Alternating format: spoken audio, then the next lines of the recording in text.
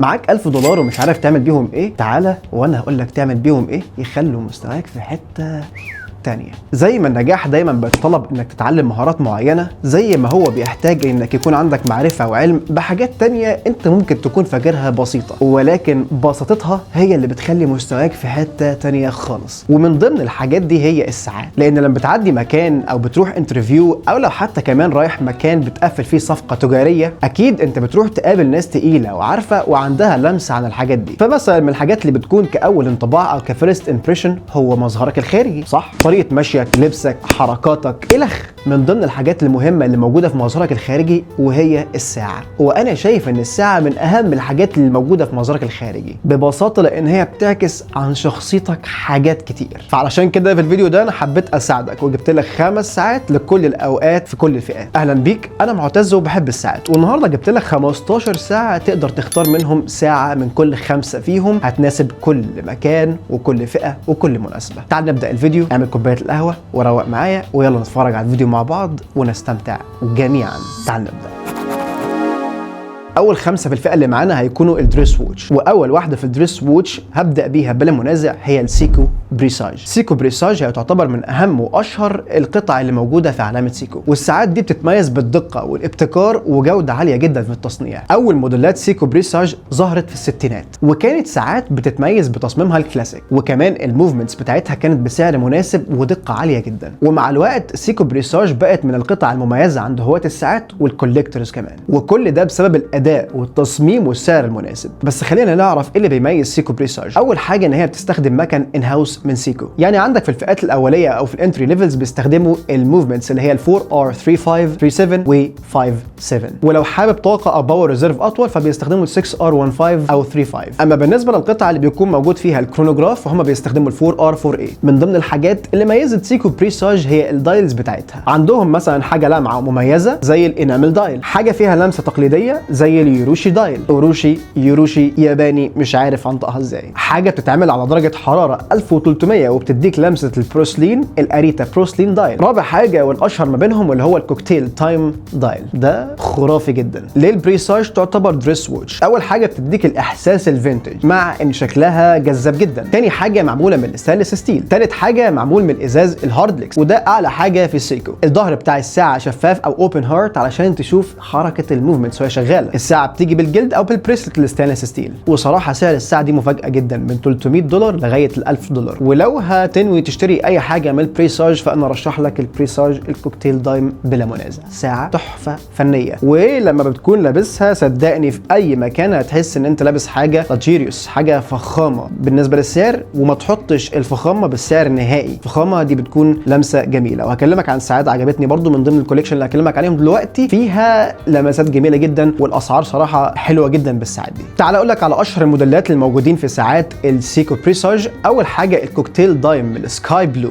اصدار الاس ار بي بي 43. التفاصيل البسيطه في الساعه بتديها لمسه فخامه جميله جدا وبتعكس اللمسه الكلاسيكيه اللي موجوده فيها، ومع السكاي بلو دايل اللي موجود فيها بتخلي الليفل بتاعها في مستوى تاني خالص. تاني موديل معانا بيقولوا عليها ذا بيبي جراند سيكو SARX 055، واخده ستايل الجراند سيكو وعلشان كده سموها البيبي جراند سيكو، ومعموله من التيتانيوم. تالت واحده معانا الاس بي بي 041، معموله من انامل دايل. تصميم الدايل بتاعها من الانامل والارقام بتاعتها رومانيه وفيها لمسه اناقه جميله جدا. اللي معانا بعد كده من اريتا بروسلين وهي الاس بي بي 093. الدايل بتاعها من البروسلين مع العقارب الزرقاء، لمستها جميله لا باس بها. اخر موديل معانا اس يوروشي لاكواي، وده بيكون لونه اسود عميق، وده بيكون من الفن الياباني الاصيل، حاجه تراديشنال او تقليدي من اليابان. تاني ساعه معانا وهي من اشهر الساعات الكلاسيك وهي الاورينت بامبينو. الساعه دي بتديك قيمه كبيره جدا مقابل السعر اللي بتدفعه فيها. الكيس بتاع الساعه بيجي بلمعه جميله، وحجم الكيس بيجي من 40 ل 41 ملم، وفي موديلات بتيجي بحجم 38.4 ملم على حسب الاصدار. اما بالنسبه للكريستال بتاع الاورينت بامبينو فهو بيجي بازاز المينرال، والمينرال بتاعها بيجي بستايل الدوم شيب. اما بالنسبه للموفمنت بتاعتها فهي بتيجي ان هاوس، كاليبر F6724 او 48743 في الجيل الاول، وبيديك احتياطي طاقه او باور ريزيرف حوالي 40 ساعه، وفيها المانيوال وايندنج والهاكينج سكندز. الووتر ريزيستنس بتاعتها او مقاومه الميه لغايه 30 متر بس، ينفع للاستخدام اليومي، ينفع للرشراشه الميه البسيط، بس طبعا ما ينفعش تنزل بيها اي مكان ميه. بالنسبه للستراب بتاع الساعه ساعات بيجي بالجلد الكلاسيك او ساعات بيجي بالجلد اللي عليه نقشه الكروكودايل، وفي موديلات بتيجي بالستراب المعدن عادي. بالنسبه للدايل بتاع الاوريون بامبينو هي من ضمن الحاجات اللي انا شايف ان هي ممكن تكون ميزتها. الدايل بتاعها كلين سيمبل، ما فيهوش اي تعقيدات خالص، بيديلك الغرض الاساسي اللي انت عايزه. العقارب بتاعتها بتيجي بالدولفين هاندز، وبعض الاصدارات التانية بتيجي بالارقام رومانيه او مينيماليست على حسب الاصدار اللي انت بتختاره. وكمان بيكون فيها الديت فانكشن عند رقم 3، شباك صغير كده بيبين لك فيه التاريخ بسيط خالص. ليه الاورينت بامبينو المفروض تكون عندك من ضمن الكوليكشن بتاعك ومن اهم الحاجات اللي تكون ريسي ووتش؟ لان هي ساعه بسيطه، سليم بروفايل، انيقه، كلين سيمبل، سعر ممتاز، ياباني، وكمان فيها الاصدارات من V1 ل V5. فببساطه ومن الاخر هي راقيه، انيقه وكلاسيكيه، والسعر بتاعها فير جدا. فممكن تختار الاورينت بامبينو تخليها من ضمن الكوليكشن بتاعك. تعال اكلمك على الساعه اللي بعد كده، وهي الهاملتون انترماتيك. اسم الانترماتيك جاي من ساعات الهاملتون القديمه من الستينات، والانترماتيك من ساعات الهاملتون الحديثه اللي موجوده دلوقتي هي اعاده احياء او ري ايشوز للدريس ووتشز في اصدارات الهاملتون ووتشز، بس طبعا بتحديثات في الجوده والخامات. التصميم بتاع الساعه بيميل للميد سنشري ستايل. الدايل بتاع الساعه بسيط خالص ومينيماليست. البيزل بتاع الانترماتيك رفيع، واللجز بتاعتها انيقه، وكمان بتيجي بالسليم بروفايل. الشكل بتاعها بسيط فورمال وتنفع معاك على اي بدله. تعال اكلمك على مواصفات الانترماتيك، والمواصفات اللي هكلمك عنها دي غالبا هتلاقيها في الانترماتيك العاديه مش الكرونوجراف، لان في منها كرونوجراف. الكيس بتاع الساعه غالبا بيجي بحجم 38 ملم، وفي منها نسخ 40 و42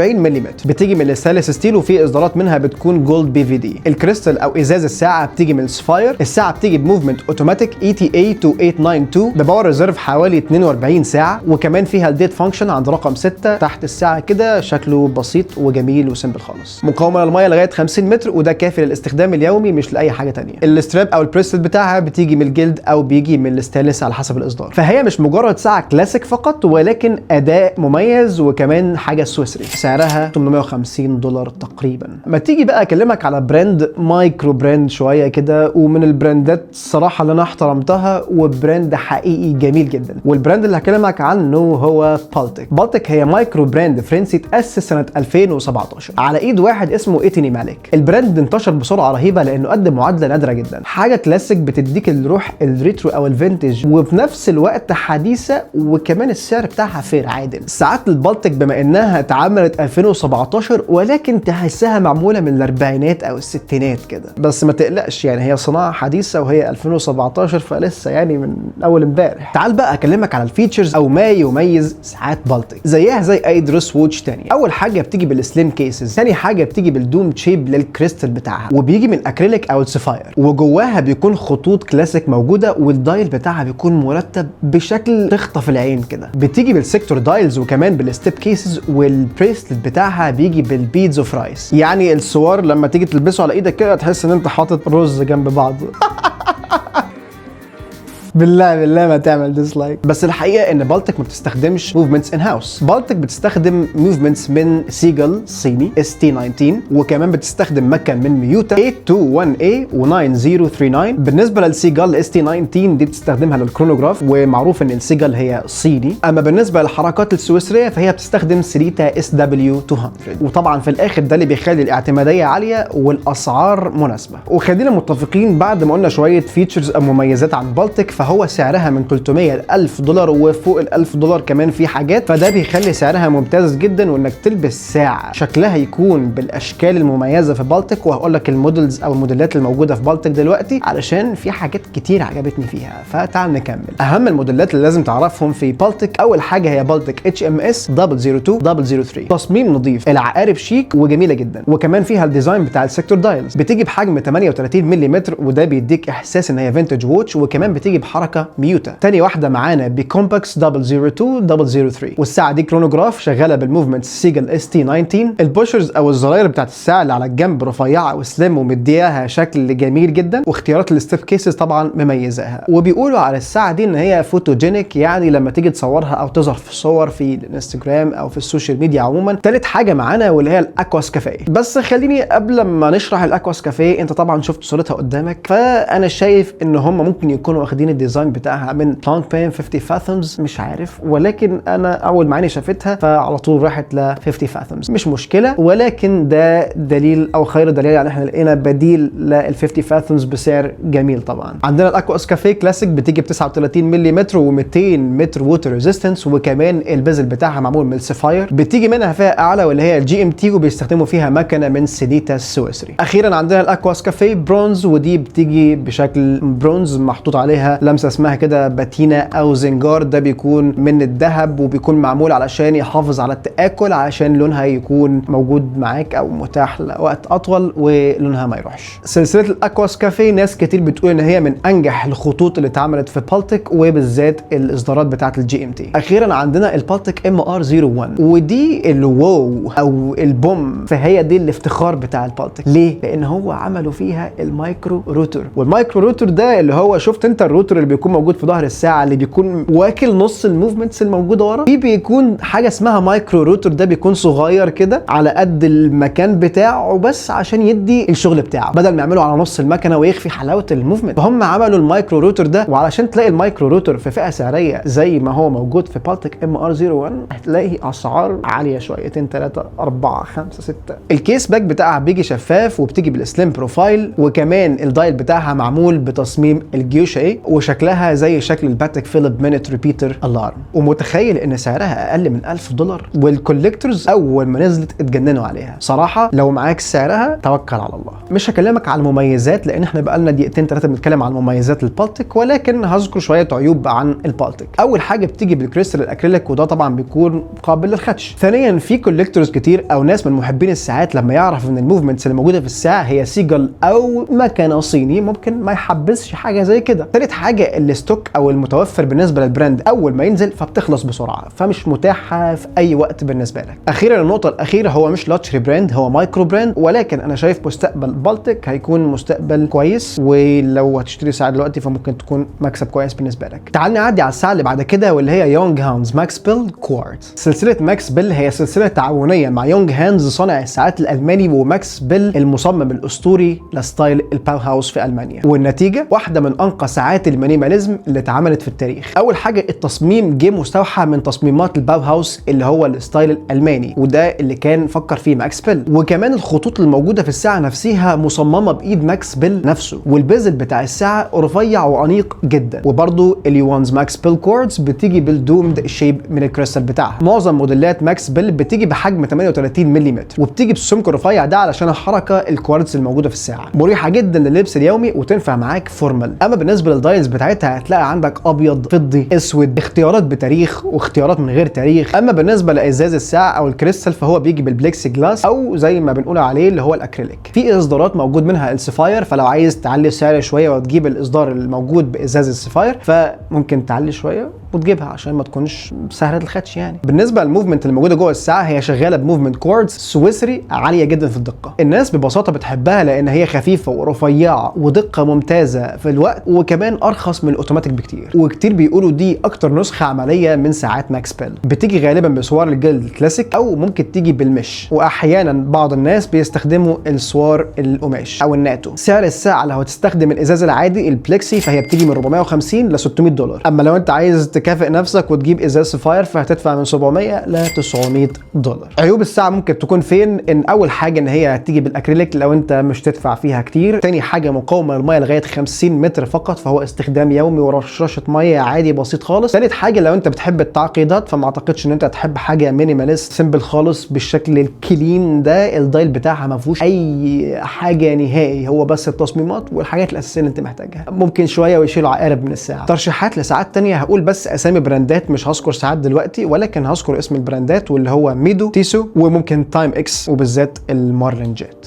تاني 5 ساعات هكلمك عنهم وهم ساعات الكاجوال. تخيل كده حذر فزر اول ساعه هتكون معانا ايه؟ سيكو ولا ولا سيكو ولا التالتة سيكو؟ انت صح، هي التالتة سيكو. وخليني بس اقول 3 حاجات: سيكو البينس، والالبينس دي ممكن تكون من ضمن البريس ووتش على فكره. تاني حاجه السبيد تايمر. تالت حاجه الاس كي اكس. اول حاجه نبدا معاك بيها السيكو اس كي اكس. اللي ذكرتهم دول مش هتكلم عنهم كلهم، ولكن هتكلم على اثنين: الاس كي اكس والسبيد تايمر. اول حاجه السيكو اس كي اكس هي ساعه ايقونيه للغطس، ومش ايقونيه بس، واقتصاديه كمان. الاس كي اكس 007 هي من ضمن الساعات اللي خلت ناس كتير في عالم الساعات يقعوا في حب ساعات الغطس الميكانيكال. بتصنف كاسطوره بسبب اعتماديتها وبساطتها والقيمه الجنونيه اللي بتديها لك مقابل سعرها، على عكس ساعات غطس اقتصاديه كتير. خليني بس اقول لك ان ساعات السيكو اس كي اكس هي اصلا معتمده من ساعات الغطس من ايزو 6425، يعني مطابقه لمعايير الغطس الاحترافي، مقاومه للميه لغايه 200 متر، وفيها السكرو داون كراون وكمان السكرو داون باك كيس. شغاله بالموفمنت 7S26. اي نعم الساعه ما فيهاش هاكينج ولا هاند وايندنج، بس قويه جدا وقليله الصيانه خالص. الساعه دي ممكن تشتغل معاك من 10 ل 15 سنه من غير ما تصينها، يعني ممكن تبدل عربيتك وما تبدلش الساعه. من ضمن الحاجات الاسطوريه في ساعه الاس كي اكس دي ان التمبلت او الديزاين بتاعها بقى تمبلت لمعظم ساعات تانية كتير. شكل البيزل مع الدايل بتاعها ممتاز جدا وجذاب. الاندسز او المؤشرات بتاعتها دائريه ونظيفه وشكلها حلو، وحتى كمان اللوم اللي موجود فيها هو لوم برايت فشكله جامد جدا. العقارب بتاعت الساعه كبيره وواضحه، وبتيجي بالبيزل البيبسي وكمان اللون الاسود، وفي الوان تانية طبعا. الساعه صراحه ايقونيه بسيطه، مش عاملين اي فلسفه في الساعه، ولكن مدينها لك بشكل بسيط وجذاب جدا. تاني ساعه في الكاجوال ووتش هكلمك عنها واللي هي السبيد تايمر. عايزك تصبر معايا علشان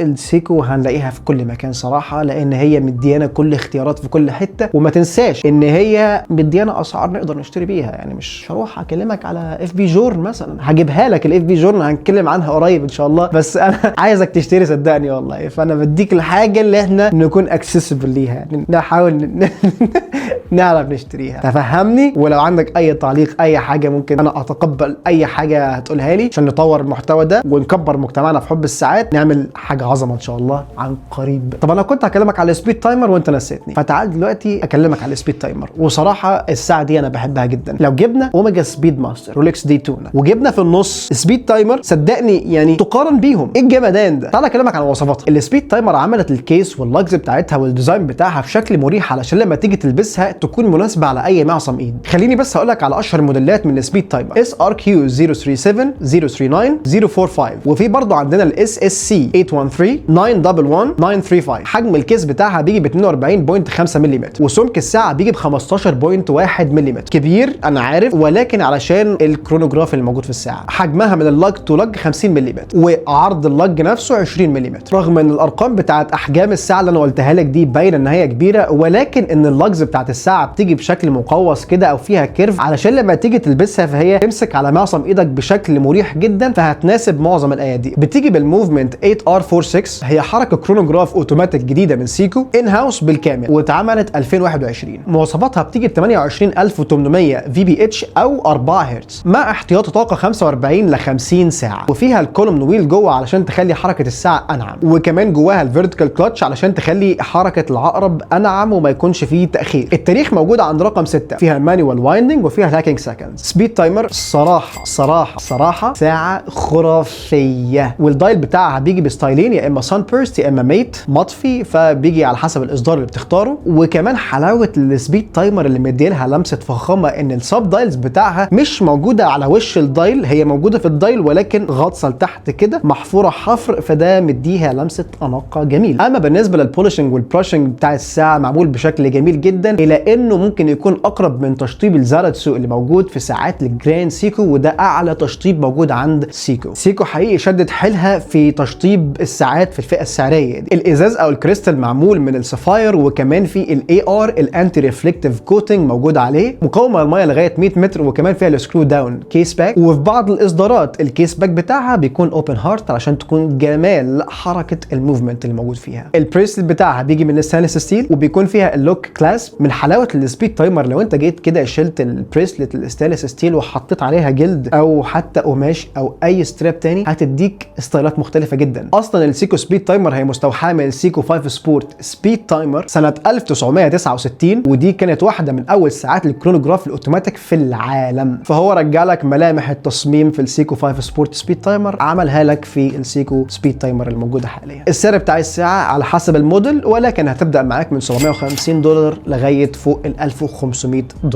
خلاصة الساعة هي ساعة جميلة جدا، من احب الاختيارات لقلبي، وممكن ارشحها لاي حد لو هيبدا اي كوليكشن ممكن تبدا بالساعة دي. اتكلمنا على هاملتون انتراماتيك بس في دريس ووتشز، ولكن في الكاجوال ووتش هكلمك على هاملتون كاكي فيلد ميكانيكال. تعال نبدا نتكلم عنها. هاملتون ظبطت مقاسات الساعة على مقاسات الميليتري فيلد ووتش علشان يكون حجمها مثالي. فالكاكي فيلد ميكانيكال بتيجي بكذا مقاس مختلف، بس الاشهر ما بينهم اللي هو 38 ملم و42 ملم.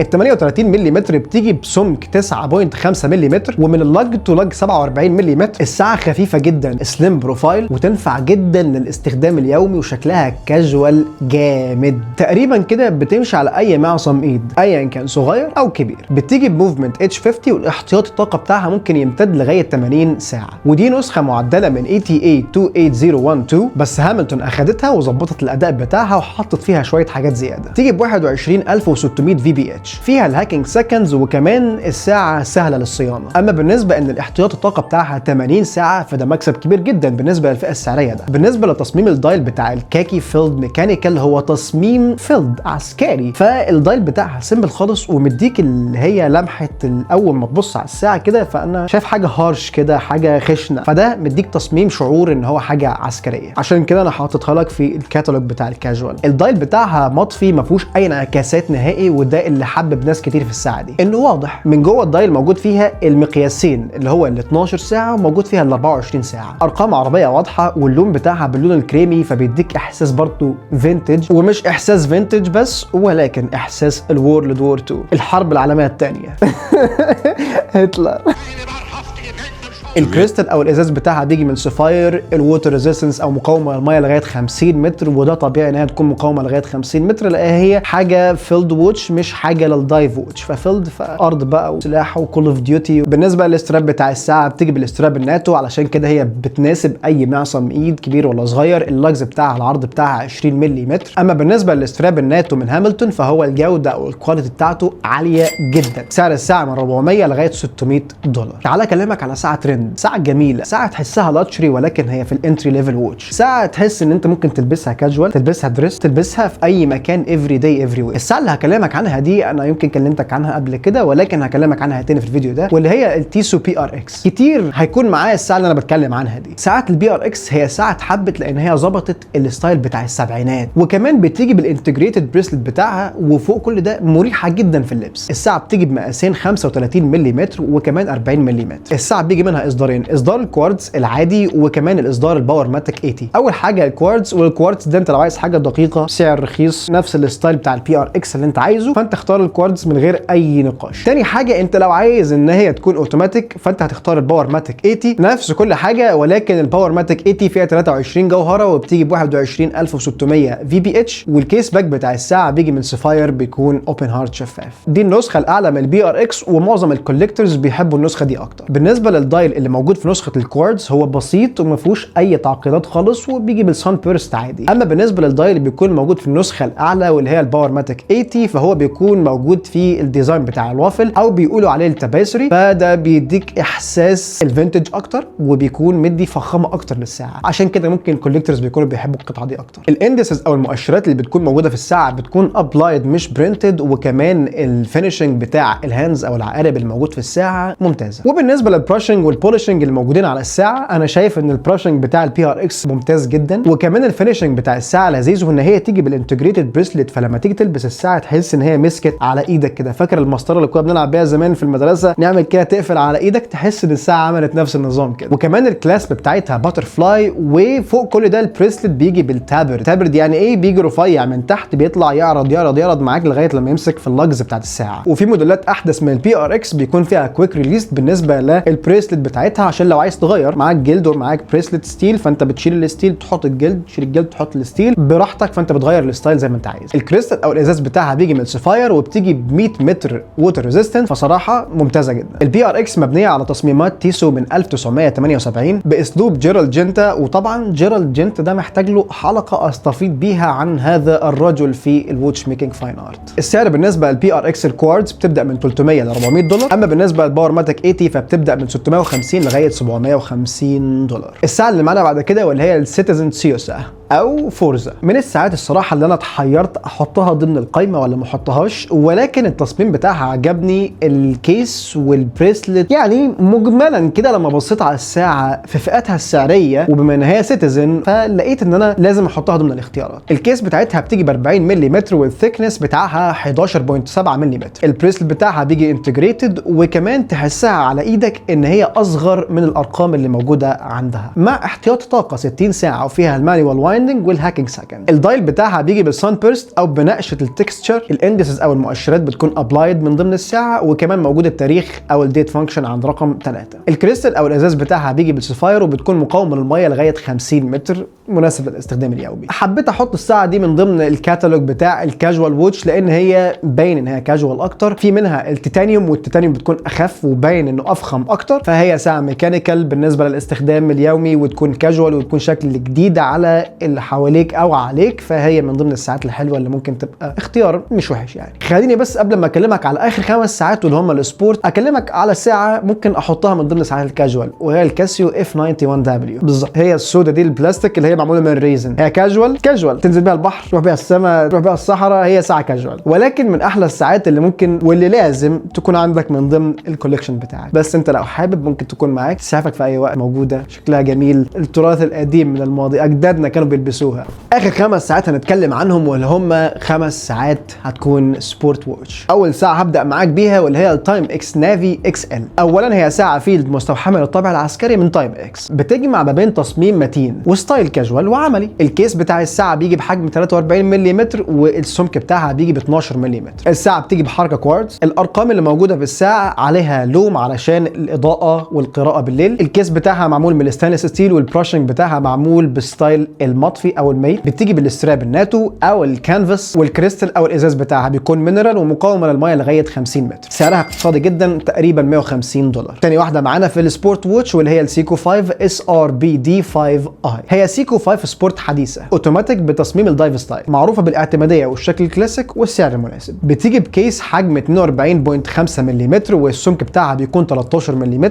بتيجي بحركه 4R36 من سيكو اوتوماتيك مع احتياطي طاقه 41 ساعه، وكمان فيها الهاند وايندنج والهاكينج سكندز، متينه وسهله الصيانه. بتيجي بمقاومه لغايه 100 متر، وبتيجي بالازاز او الكريستال الهاردلكس من سيكو. سعرها غالبا من $250 لغايه $300. الساعه اللي معانا بعد كده هاملتون كاكي نيفي سكوبا. هي ساعه من ضمن الكوليكشنز اللي موجودين عند هاملتون، ولكن هي دايف انسبايرد، صممت للغطس، وبتيجي بحجم 40 ملم وبتيجي بسمك 11.5 ملم. بتيجي بموفمنت اوتوماتيك اتش 10 مبنيه على حركه ETA2824، فيها الهاند وايندنج وفيها الهاكينج سكندز، وبتيجي باور ريزيرف 80 ساعه. الدايل بتاعها جميل، والاندسز او المؤشرات بتاعتها كبيره وفيها اللون بتاعها جميل. البيزل اللي بيكون موجود في الساعه بيكون دوار او روتيتنج بيزل. بتيجي بالرابر ستراب او بالبريسلت الستانلس ستيل. بتيجي مقاومه للميه لغايه 100 متر، والازاز بتاعها بيكون من السفاير. سعرها غالبا بيبدا من 650 لغايه $750. الساعه اللي بعد كده اللي معانا اللي هي التيسو سي ستار، اتكلمت عنها في الفيديو اللي قبل اللي فات، لو حابب تتفرج عليه. اتكلمت على الدايف ووتشز البدايل للسبمارينر من رولكس، ولكن تعالى اكلمك على التيسو سي ستار كده نبذه سريعه كده وبسيطه عشان خلاص على وشك ان ننهي هذا الفيديو. التيسو سي ستار هي من ضمن ساعات التيسو ومصممه للغطس، ومن ضمن هذا الخط هو التيسو سي ستار 1000. الكيس بتاعتها بتيجي ب 43 ملم والسمك بتاعها بيجي ب 12.7 ملم. بتيجي بالموفمنت باور ماتيك 80، بيكون فيها الهاكينج سكندز والهاند وايندنج وباور ريزيرف 80 ساعه. الدايل بتاعها جميل شيك وسيمبل وواضح فيه كل حاجه. البيزل بتاعها يوني دايركشنال. البولشنج والبراشنج اللي فيها من اعلى التشطيبات في الفئه السعريه الموجوده في التيسو سي ستار. ممكن تيجي بالرابر ستراب او تيجي بالبريسلت الستانلس ستيل، وكمان التصميم بتاع البريسلت بيكون انتجريتد. من اعلى مقاومات الميه اللي ذكرناها في الفيديو ده، وبتيجي بمقاومه ميه 300 متر، والازاز بتاعها او الكريستال بيجي من سفاير. سعرها غالبا من 700 ل $900، وبمناسبه ان هي 300 متر ووتر ريزيستنس وفي الفئه السعريه دي، فسعر ممتاز، جوده ممتازه، سويسري تيسو. شايف ان هي مميزه جدا. مش هكمل معاك في الدايف ووتش، هسيبك انت تكمل لي في التعليقات تقول لي اقتراحاتك بالنسبه للدايف ووتش اللي احنا كان ممكن نضيفهم في الفيديو ده. مستني رايك في التعليقات، ولو هتختار اي ساعه من اللي ذكرتهم في الفيديو هتختار انهي ساعه، ولو هتعمل كوليكشن ساعه من كل 5 اللي ذكرتهم في الفيديو ده هيكون الكوليكشن بتاعك انهي 3 ساعات. وفي الفيديو اللي فات في ناس كتير رشحوا في التعليقات ساعات تانية للدايف ووتش زي الرادو كوك كابتن او الكابتن كوك، وفي ساعات زي السوبر اوشين من برايتلينج، ولكن في الفيديو ده انا حبيت اذكر لك 5 ساعات في كل فئه، في الدريس، في السبورت، في الكاجوال عشان لو حابب تعمل كوليكشن بتاعك. وانا حاولت جاهدا ان انا احط لك افضل الاختيارات من وجهة نظر شخصية، وحطيت لك الاسعار اللي تكون مناسبة. ولو الفيديو عجبك ما تنساش تعمل لايك وتعمل شير للفيديو علشان اللي بيحب الساعات واللي بيحبش الساعات يشوف الفيديو، ونكبر مجتمعنا في حب الساعات في اقرب وقت ممكن. اشكرك لو لسه بتتفرج على الفيديو لغاية النهاية. انا معتز بحب الساعات، والفيديو ده كان عن 15 ساعة، 5 ساعات في كل كتالوج من الدريس لغاية الكاجوال والسبورت علشان تختار الساعة اللي تعجبك. اشوفك الفيديو الجاي، وعد كما هو في كل مرة. شكرا ليك، سلام. صحيح نسيت اقول لك، لو تعرف حد او لو انت عندك كوليكشن ساعات وحابب تعمل بودكاست، تواصل معايا على الايميل اللي موجود على القناه وقول لي الكوليكشن بتاعك وعرفني بنفسك، وممكن نعمل بودكاست قريب جدا مع بعضينا. ومتحمس ان اشوفك واشوف الكوليكشن بتاعك، وهيكون بودكاست عالمي.